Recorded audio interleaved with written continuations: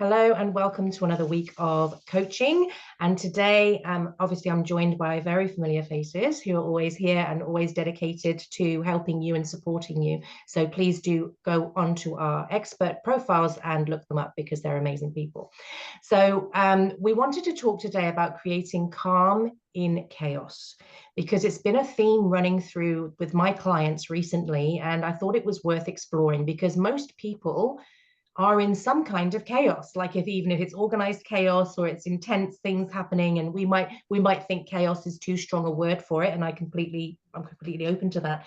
But I know for me, as a parent of five neurodiverse kids with her husband away 3 out of 4 weeks, so he's only home 12 weeks a year, life can be pretty intense, and there's no way I could have created what I have created if I had waited for a massive chunk of time that was free, right? And that was just ordered and peaceful, in the sense of nothing going on around me. And it was so interesting. So I've got a beautiful friend who is childless, in a long-term relationship, with childless, and has no intention of having children, which is perfectly fine. And he will say to me, I need to create. So I've booked myself in a five-star hotel for 3 days because I'm just going to submerge myself in that. I'm going to have a jacuzzi. I'm going to do it. And I'm like, awesome. That's cool. And I'm like, that's your process and that's fine. But it really occurred to me that what I've done is trained myself to create calm in the chaos. So I can work with everything going on around me, and it's noisy and it's happy and it's this and it's that, but I can be so engrossed in my work. Someone can be here talking to me and I don't even realize it, unless something like my mum alert's still on. So if I hear something that's happening that shouldn't be, I'm like, hang on a minute, what's going on? My That's spider totally sense is different. going. But if someone's just chatting to me, I'm very careful not to just say yes because I don't know what I'm agreeing to, because I'm not really listening. And the other thing that I've managed to do, especially when the children were little, it's not so bad now, but I would say, I'm going to have a bath now. I'm going to lock the door. And unless some catastrophe is happening, I don't want anybody to knock on the door, try and open the door, try and ask me a question, try and tell me something. Like, I was on the toilet one morning, about 6:30 in the morning. Caleb, who was about 6 at the time, ran and went, Mum, never swim with jellyfish. And I'm like, did you have to tell me that now, babe? Do you know what I mean? Like, I'm just waking up. And he's like, just don't do it. It's really dangerous. And I was like, okay, I won't do it. But like, trying to set up these moments, these pockets of calm, because if you don't intentionally create the calm, if you've got an intense, busy life, what do you do? Yeah. Opening it up to you guys, because as I said, it's a theme that's been running through an issue with my clients at the moment, and we've been sort of unpacking it and seeing what it looks like for each client.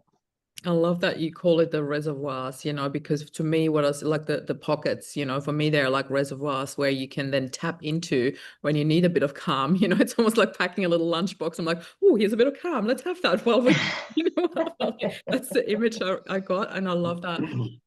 I mean, for me, for you guys, it's not a surprise at all, but I will say for anybody listening, my life has completely changed in terms of that, how to deal with that over the last 3.5 months. And it's no secret that I've been working with Paolo, that's what I call him, Paul, right here on camera with us. And those breathwork sessions that we do every single week have given me the tools to use that every single day, multiple times a day. There has not been one day where I haven't been using those breathwork tools. And they are literally those little pockets that you talk about.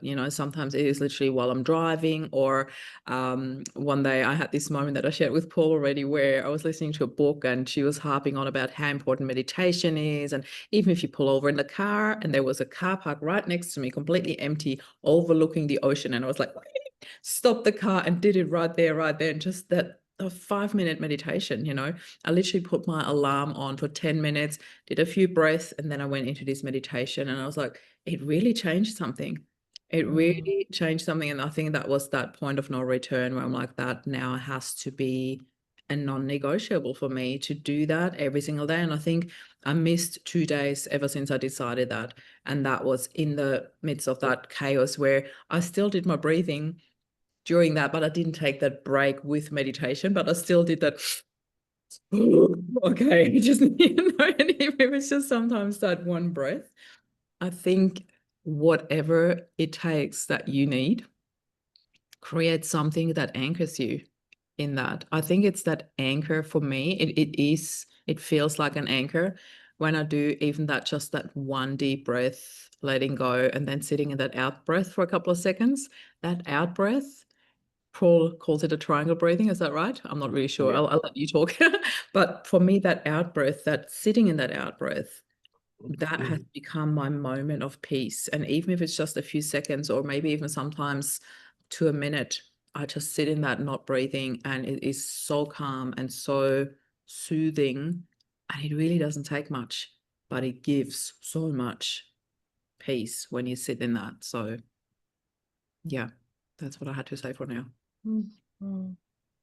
Magic. Yeah. What I love about it is like the techniques that Paul obviously teaches, and I'll speak in a minute. Paul, you'll be analyzing me, so I'm going to be twitching because I know you'll be analyzing me. But I love that it's self-empowering. Like it's tools that you can use for yourself. It's tools you can use anytime, anywhere. Like nobody's going to know you're doing it. You know, do you know what I mean? It's like one of those beautiful things that you can just regroup, because I do box breathing. That's about as much as I've learned to do, and just to regulate, and I do feel calmer afterwards. But I've actually always had, and this is going to sound really weird, I had struggle with breathing, like just generally. Like I always feel like I'm having to breathe and catch my breath. I never feel like I use the full capacity of my lungs, and it really stemmed from when I had children. And I went to the doctors actually and said, I'm not breathing right since I had the gas and air and everything. And since then, I've always been clearing my throat and I can't breathe. I always feel almost panicked with breathing sometimes, you know. And I remember doing a tapping session, and she said it might be related to when I had whooping cough as a kid. But it's a very odd thing when you don't feel comfortable with breathing, when that's one of the main things that's keeping you alive. And so what I love about what you're saying, Marie, is these sort of techniques that Paul's teaching is something that you can just do, something you can get control of, something you have ownership over, and that's really, really powerful. So Paul, do you want to expand on that? Absolutely. How long have we got? Um, yeah, I'll keep it as simple as it kind of is. Like the breath is what I love about it. I've done a lot of cognitive work and therapy and where that works, and it works great. Yet sometimes to think about thinking while you're in the stress, in the chaos, and in the moment of emotion, it's quite hard to think your way out of that hole. Mm. You know, and it's such a hard space to even think that breathing, the simplicity of it, will get you into a space where you can think again clearly, or to be able to solve the situation or the problem that's going on, or to deal with it better. So that's what I love about it is the simplicity of being to tap into your physiology, your body, your body's natural nervous system, and how that actually affects you in such a quick way. And then once you learn it, like Mary was saying, it's like this moment where you've gone, oh, I've got these tools inside my body. I don't have to go and buy all these fancy gadgets and things to help myself. You know, there's lots of stuff out there that does help. And but if you want it to find a space where you can do it quickly, then from my experience, the breath has been one of those quickest, I guess, moments to get you into that space. And then movement as well as the breath, because if you're doing exercise, you're breathing more. So again, it's you getting that double effect, and it shifts your nervous system into a space of using the energy of stress and chaos into a space of opportunity and clarity. And I think that's probably the key part, because when you're in the emotion, like I said before, you don't think clearly. The pressure's on, you know, you're going through all these moments. Like I was saying to you guys earlier, like there's a bit of chaos trying to get the kids out of the house to go to school this morning. And it's a daily occurrence. But I don't know, today was just a little bit extra. And so, you know, getting them out while I was driving them to school, just sitting there, they're just like, bah, bah, bah, bah, bah, just chatting away and just in their own little blissful space of talking about everything and anything all at once at the same time. And I'm just like driving, saying, just quietly listening and giving myself some space because there's emotions coming up. There's frustration, and then there's like just wanting to. I've got a busy day, and I need to think about those things as well. So how do you get out of the chaos in that moment, anywhere, anytime? And I know if you guys want to practice one, how are you all feeling? Mm, Would you like to try the triangle breath? sure. Yeah, because I find it's easy to. I can talk about it all day, but to experience it, that's when everybody has their own experience of it. So basically, all it is shape of a triangle. So we're going to breathe in on the way up, we're going to breathe out on the way down, and then at the bottom, and this is what Maria was talking about, it's the pause. So we're not breathing in or out; we're just pausing our breath. Now, what this is doing, it works on your stress responses, but that pause is giving yourself a natural break quickly and simply. So it's pretty cool. So enough talking. Let's do it. So I'll count you guys through if you like. Try to breathe in through your nose, out through your mouth, and there's no right or wrong way. It's like as deep as you can get. And what you may notice, like Kath, you're saying that sometimes it's hard to get that full breath. If you're just getting that shallow one, just start there. If it's a bit too much, holding the breath a bit longer, then hold it shorter. Because what you'll start to find after doing, 10 seconds, 30 seconds, a minute, your nervous system will start to come down, your breath will get deeper. So let's find out. All right, so let's begin. Breathe in through the nose. Breathe out through the mouth. And just pause. So we're not breathing in or out, we're just holding that space. Breathe in. Breathe out. Pause. In. Out. Pause. Let's go. Two more. In. Out. Pause. And the last one, see if you can take that breath a little longer, a little deeper. In. Try and fill your belly up all the way up to your chest. When you breathe out, imagine breathing out through a straw, nice and soft, nice and slow. And pause. And you may even notice that pause. You can hold a little bit longer and it feels a little bit calmer. Now just bringing your breathing back to normal and just check in. Notice how you feel.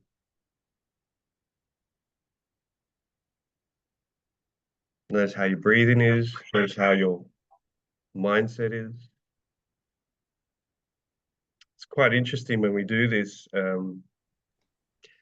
with anyone, really. If we're doing it in corporate groups or we're doing it with children, in groups of children, the chatter, mental chatter seems to drop and there's this silence that comes over the room, which is really cool, especially for people who are very busy in the minds and it's non-stop action in there.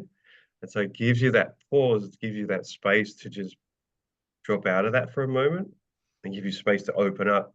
Your mindset and the clarity and the focus comes in with that.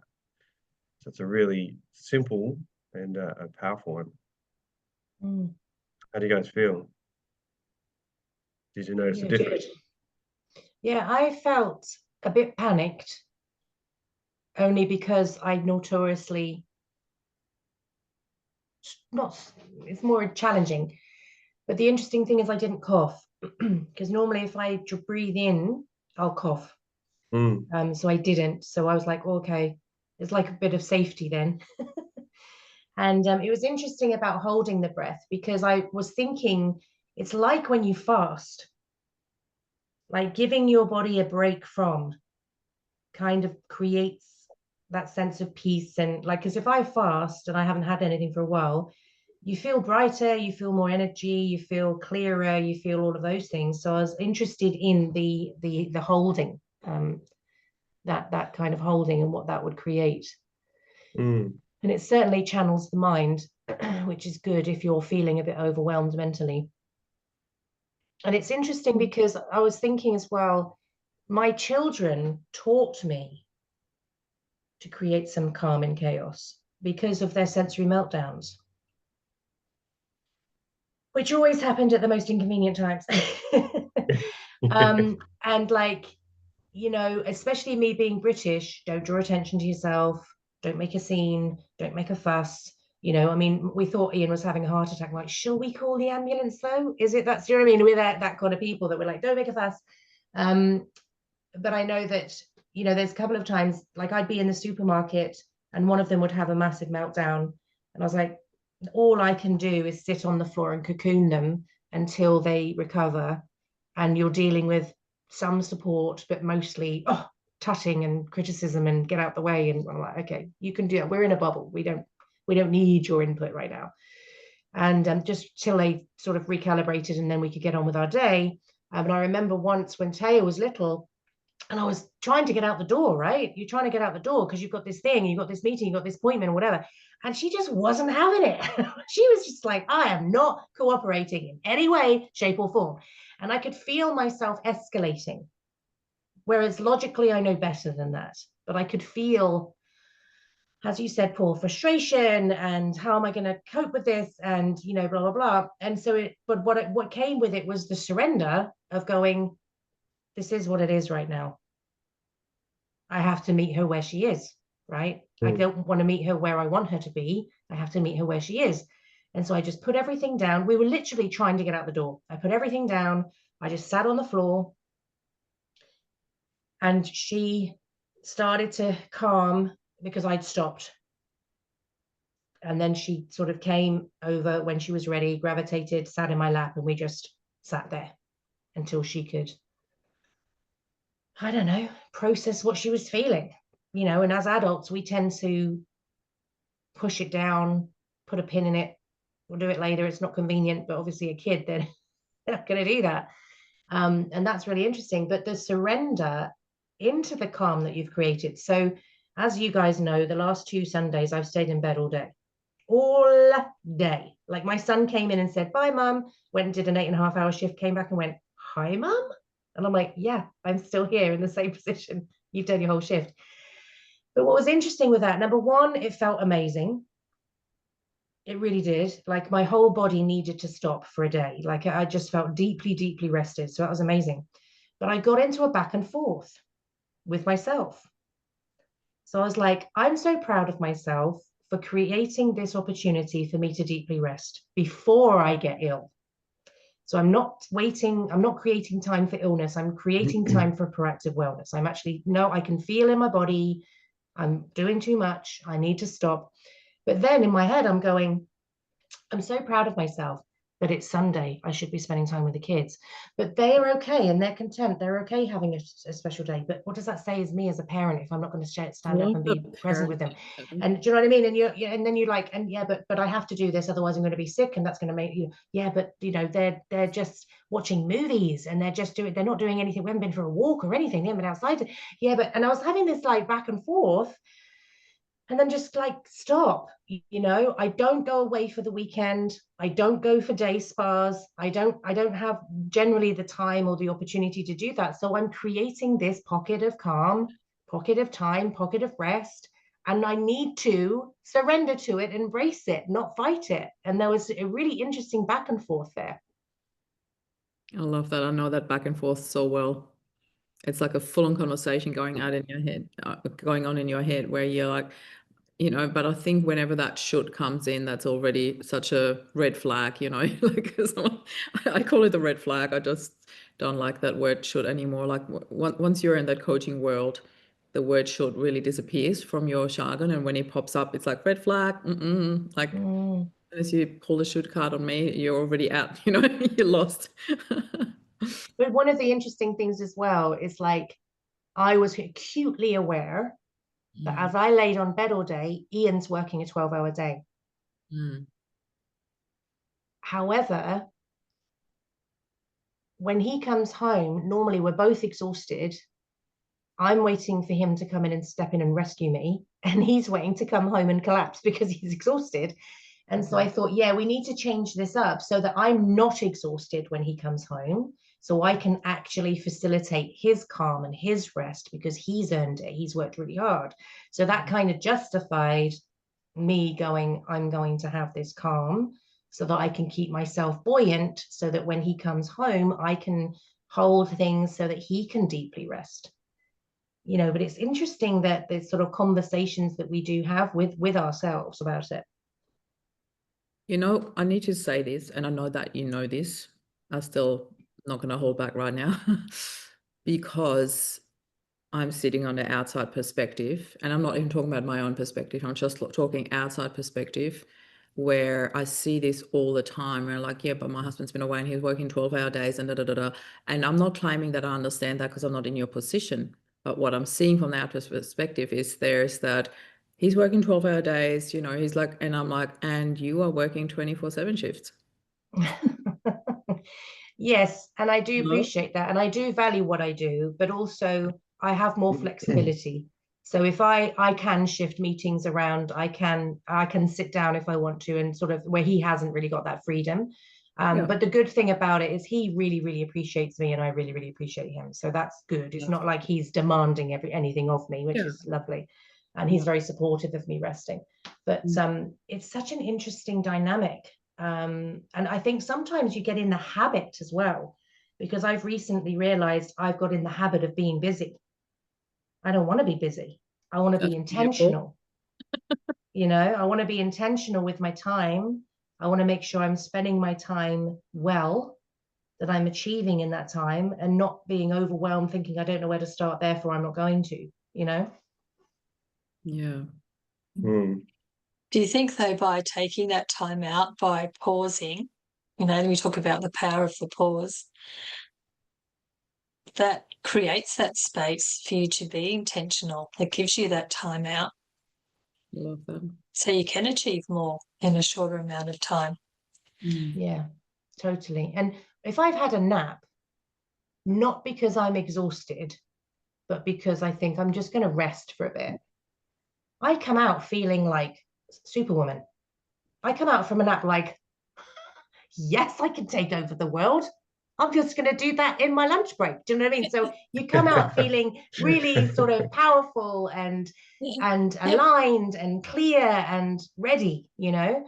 Whereas you flogging yourself, you know, keep going, you just got nothing left to give, and what you create isn't of really great high value anyway. Yeah, that's so true. It's interesting when you're saying that, like about the naps, because it's been a big thing for me for a long time. I used to feel guilty about doing the naps, but I'd have them anyway because my body would force me to have a nap because I was full of anxiety and stress. And then my body would shut down. That was my safety responses to go into, now I'm going to have a nap. Now I have to have a nap, otherwise I'm going to fall over or something, which wasn't cool. And the growth, as you're saying, like it's the moment of having this battle in your own consciousness of, oh, but I need to be working. Oh, I need to be doing this. I need to be doing that. There's always something that we need to be having or doing or being. And when you stop for a moment to do that pause, whatever that is for you, if it's laying in bed for a day, if it's taking a 5-minute power nap, if it's just doing some breathing, or it's going for a walk, going to the gym, it's got there's a conscious game that plays out, but the reframe of that needs to kick into it, because like, how do you be the best mum or best friend or best to yourself if you're broken and burnt out? And then I see it a lot in my work as well. It's like the burnout happens, but people don't recognize it until it's too late. putting band-aids on all the way. It's like having another caffeine fix, have some more sugar, have another Red Bull or coffee or whatever. Patches it up momentarily, but then you exhaust your nervous system, and your nervous system, people end up shaking like this because their body's trying to tell them something. You need to stop. You need to rest. And then that little lay down gives you a reset so quickly. And that's why it feels so good, because you drop out of that, get your breathing will naturally put you in a calm state. Your brain waves will settle down, and then you get creative. And this is where a lot of people who are creating some big things is like they give themselves a conscious break and go and distract themselves by doing something else. Then the moment expands. Then their creativity expands, and then they might have the best idea in the world. I think Edison used to sit down in a dark room and just sleep or meditate until he got ideas, and just kept going through those routines. It's it's part of our nature to stop. Yet we're being somewhere along the lines told that that's not good enough. You must keep working. You must push. You must hustle. You must break yourself so hard, work hard, then you'll succeed. But if you get to the finish line and you're completely buckled, there's not much fun there, is there? And you break down along the way. And that's a hard thing, especially when you're working towards like a passion project or your mission in life. Even if it's just looking after your family, like you fall into a space where your energy drops so low that you've got nothing left, and you're giving a half effort to what you actually want to do. And then you get more annoyed with yourself because you're like, I really just want to do this, but I'm so tired, I've got nothing left. And then you break, you fall down, and then, sometimes you give up. And you take it even a step further. I remember very early on in my teaching career in England, I think I might have even been in training, and I was placed in a school, and one of the teachers came in, and she was like, she had flu, like she was really, really sick. And she was making herself tea. And I remember hearing the staff going, oh, she's so good. She's come in, even though she's sick. She's so good. Well done. And it was like a badge of honor. And I remember thinking at the time, that's whack. Do you know what I mean? But it also felt like pressure of, I don't care how sick you are, you have to come into work. And, that's sort of like, it's putting the rest of the staff in jeopardy because, they're going to catch it. And I mean, I've got 2 boys homesick today. Again, I have not had so much sickness run through my house as I have this year. We just can't seem to catch a break. Do you know what I mean?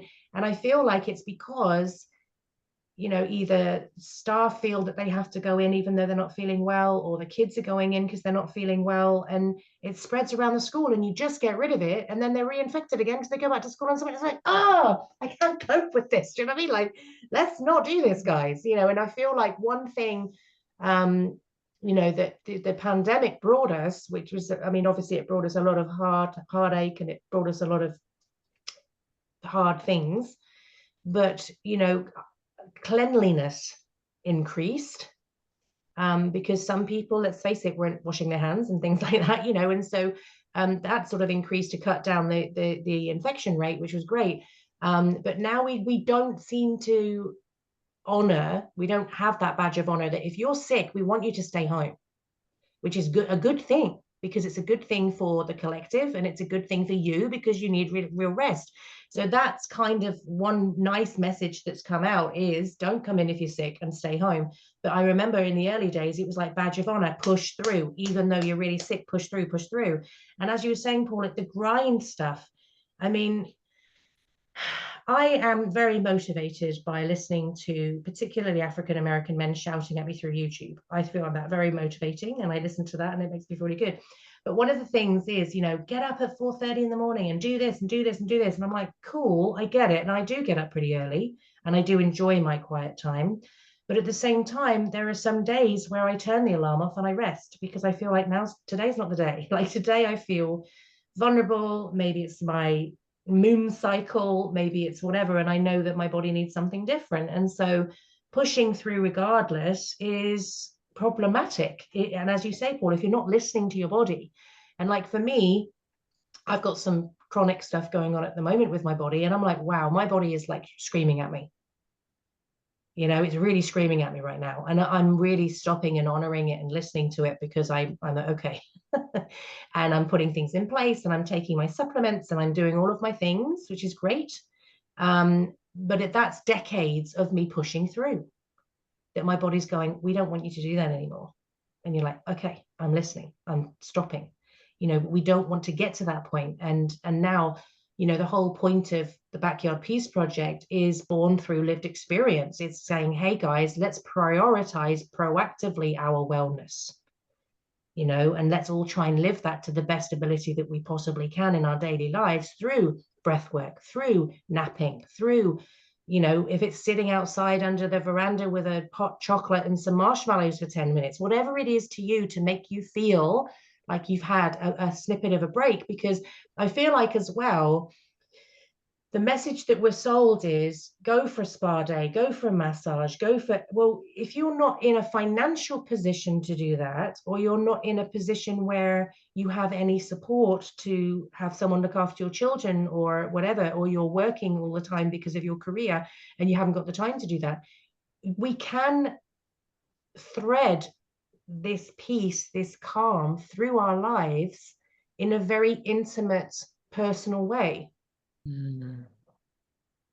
Without waiting for these huge blocks of time or opportunity. We need to proactively and intentionally create it in our everyday lives. Set the boundaries and be consistent with them. Yeah. Don't give in to pressures, and do what works for you. Yeah. Yeah, that's the key that I'm hearing with everything. Yeah. Yeah.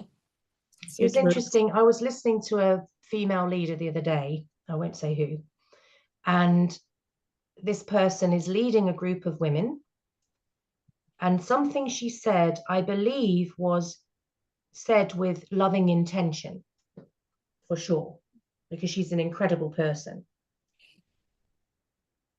But the words that she said, although I understood the origins of them, and she's got a very big heart, but I thought, I'm not sure that's actually helpful. And what she said was, sometimes it's something like, sometimes being called into service and being called into this sort of realm of your mission and whatever, is giving from a place where you've got nothing else to give. And I was like, yeah, I get it. I get what you're saying. But at the same time, if we all do that, we're all going to be in a heap. And the whole thing falls down. And this is one of the reasons that I have spent 2 consecutive Sundays in bed, because if I don't, I'm going to be in bed for a week. So do I proactively say, okay, I need to rest? Or do I keep pushing and go, oh, well, I can justify me being in bed now because I'm really sick? Do you know what I mean? Like, this is strange dialogue around it. And yes, Jen, I agree with the boundaries, because I think I shared this previously, but the other day I was really tired, and a friend of mine actually reached out in crisis, and I'm assuming it was crisis because this person never really reaches out in that way and said, I'm going to come over. And I was like, gosh, I really love you, and I'm absolutely here for you, but I need to go to bed. So probably best if you don't come over, but I will call you. Because I was like, oh, I do desperately care, and I can see, but I know if I don't rest, because I'd been up all night the night before ill, I'm not going to make it. I'm just not going to make it. And I've got to be, you know, I want to be calibrated for my kids. I don't want them coming home to a stressed out, not present, agitated, grumpy mum. I want them to come home to a mum who's happy to see them, who can listen to their 11 to 9 stories in 5 minutes, and, you know, have that capacity to hold that space for them, not be grumpy.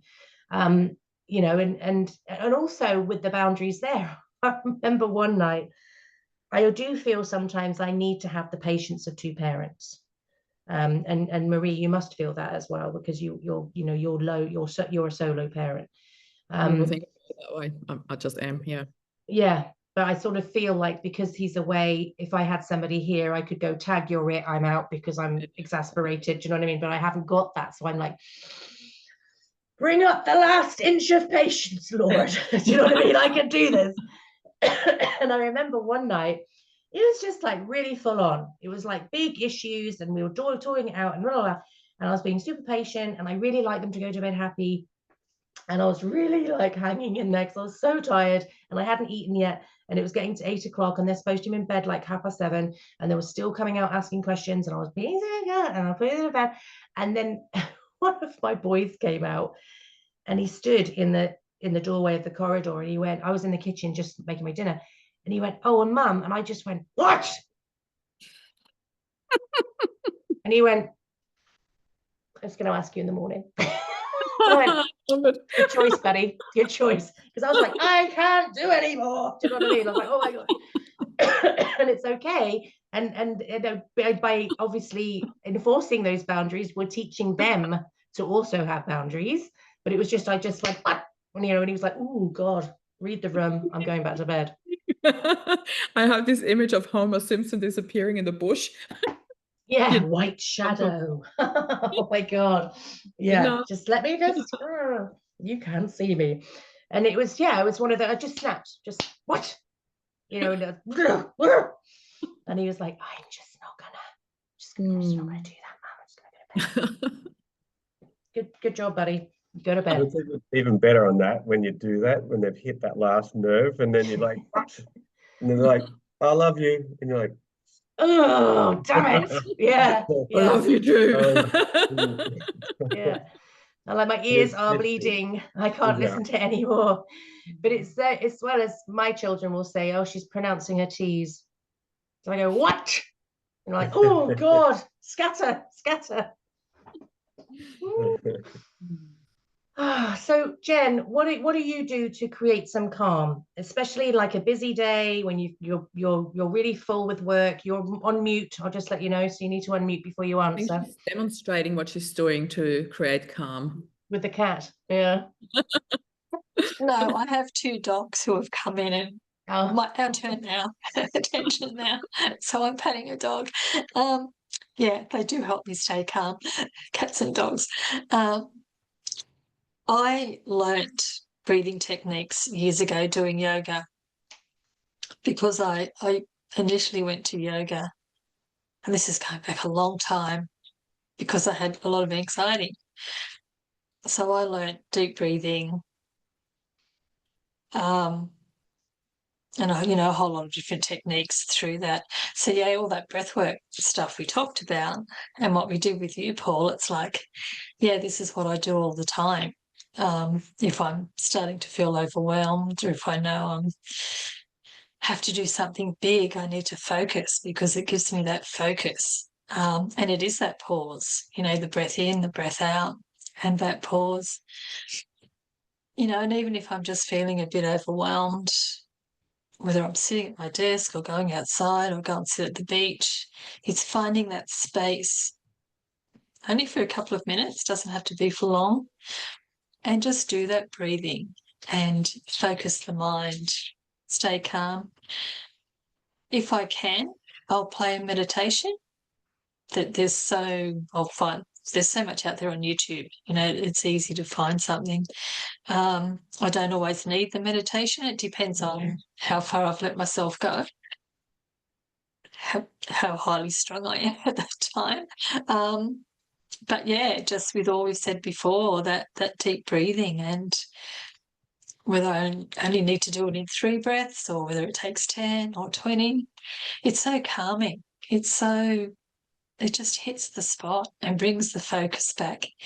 And I go from being strung out at 10 and very quickly drop back to that 0 of refocusing and recentering and anchoring myself again. Yeah. I love that. It's very zen of you, Jen. Very zen. Yeah. What popped into my head as you were saying that is I had one day where I was just, you're in the middle of everything and you're like, I am also still me. Yeah. Do you know what I mean? Like you're busy being like the practitioner or the mother or the friend or the wife or the whatever, or the husband or whatever you are. And I had this day where I was like, I'm also just me, like I'm just me as well, you know. And I remember not as zen as you, Jen, because I put on a very hip hop track that I used to listen to when I was 18, and I got a big glass of red wine, and I put that track on and I whacked the volume up, right? And the little ones came and went, Mummy, it's too loud. And the big ones scooped them up and went, go to your room and shut the door and don't come out till the music's finished. And I just needed that song to just be, I am me. All of you can bleep, bleep, bleep, bleep. And I didn't say anything, but internally I was like, God damn it. Do you know what I mean? I'm just going to have a moment and I'm just going to be me. And this is what I used to be. And I was just like, and the kids, the older ones were like, But that's the same thing though, isn't it? It's just, yeah, but darling, you're sat on the beach with the wind going through your hair and the sunlight on your skin and everything's twinkling, and I'm like with my glass of red wine going like rage dancing, sitting here at my desk, clenching onto the end of the desk, going, why? Then I breathe. It's not always calm. It's not always sitting on the beach. Finished, it was like what, 3.5 minutes, and I was okay. That's good. And then everyone started merging out. I do that when I'm driving and the boys are not in the car, because they would strangle me, I think, if I did that with them. And I just love listening to German punk rock when I'm driving and noise around. And I'm always thinking, because, you know, I've got the Bringing Lightness into Grief on the back of my car, and then I'm sitting in the car like, and just driving along, and I'm like, when people look at me, yeah, it's like when you go to the Kiss and Drop and you're banging out the tunes in Kiss and Drop, and then you realize I better just turn it down a bit, because I'm just, you know, everyone's looking to see a gangster and they see me. You know what I mean? It doesn't really match. But yeah, no, I think whatever works, and I think this is the key. Find whatever works for you. Like, it doesn't have to look like somebody else. And I know I had one client who the most blissful they ever felt was with a glass of champagne walking along the beach. And I said, well, do that. Do that. Do you know what I mean? If that's what brings you bliss, do that. So whatever makes you feel like you're nourishing yourself, like you're prioritizing yourself. And I know when the kids were little, on a Friday night, I would have a very decadent hot chocolate that I would make myself. I get like cream and all sorts, and that was just a really lovely treat that I felt I'd earned in the week, and it was really lovely, and I went to some trouble to make it, and I enjoyed that every Friday night. Do you know what I mean? So whatever it is, it doesn't have to be huge. It just has to be little priorities grouped together. Do you know what I mean? Over the course of a week to make a difference. And what a beautiful example you're setting for your kids by doing it. Yeah. And it is that, isn't it? And they do listen. I mean, they do watch what we do rather than listen to what we say. But it's like, I don't know whether you saw my post the other day, but my brain was fried and I had to go and lie down, and I could put my Hulk mask on. And Caleb had written a sign for my door, leave me be. I'm taking a nap. And I was like, it's very British of you, darling. Leave me be. Forthwith. I'm having a nap. Well, I think that's a really great discussion, guys. Thank you so much. I think we've got some really useful things. That demonstration, Paul, was fantastic. Thank you so much for doing that. I'm sure a lot of people are going to get the benefit from that. And I feel like anyone that's watching, it's so important to find yourself in the midst of everything. Find yourself, and it doesn't have to be these big, grand gestures, but these little pieces of time, these little pockets, these little rituals, these little whatever it is, just to make sure that we're finding that calm in the chaos, and creating that space for ourselves, so that it's a marathon, not a race, right? We not a sprint. We need to have that longevity, and that's certainly an energy I'm stepping into now, is the longevity of it. You know, what I used to get away with, I'm not getting away with that anymore. I need to change my rhythm. I need to change my intention. I need to change my focus, so that I can go into this new chapter calm and centered and feeling content and happy, not elevated and stressed. You know, I think that's really important, because you do start considering your mortality and thinking, I can't be going with this high level of stress all the time. And a certain amount of stress is good, obviously, because it motivates us. But at that chronic stage, you need to start making some choices and sort of reflecting and resetting some things just to support yourself long term. I think it's also a nice reminder that I wanted to put in there when Jen said about the meditation.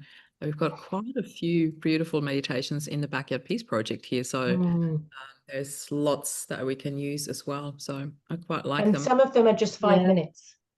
Yeah. Yeah. I was going to add that in, Marie, because I often go back and listen to the lake one, Yes, because I like that that's one. that one for Beautiful. some reason has become, I don't know, I find it very calming. I So really I like like to the go walk back in the and listen to forest. that. I like the Yeah. one, the walk in the forest. Yeah, that one. one's good too. Yeah. Yeah, especially if you can't get there, because forest and water, those are my things. So if I can't get there, to just imagine being there is like the next best thing. It's very cool. Yeah. All right, guys. Well, thank you so much for another amazing session, and I shall see you all soon. Hey guys. Bye.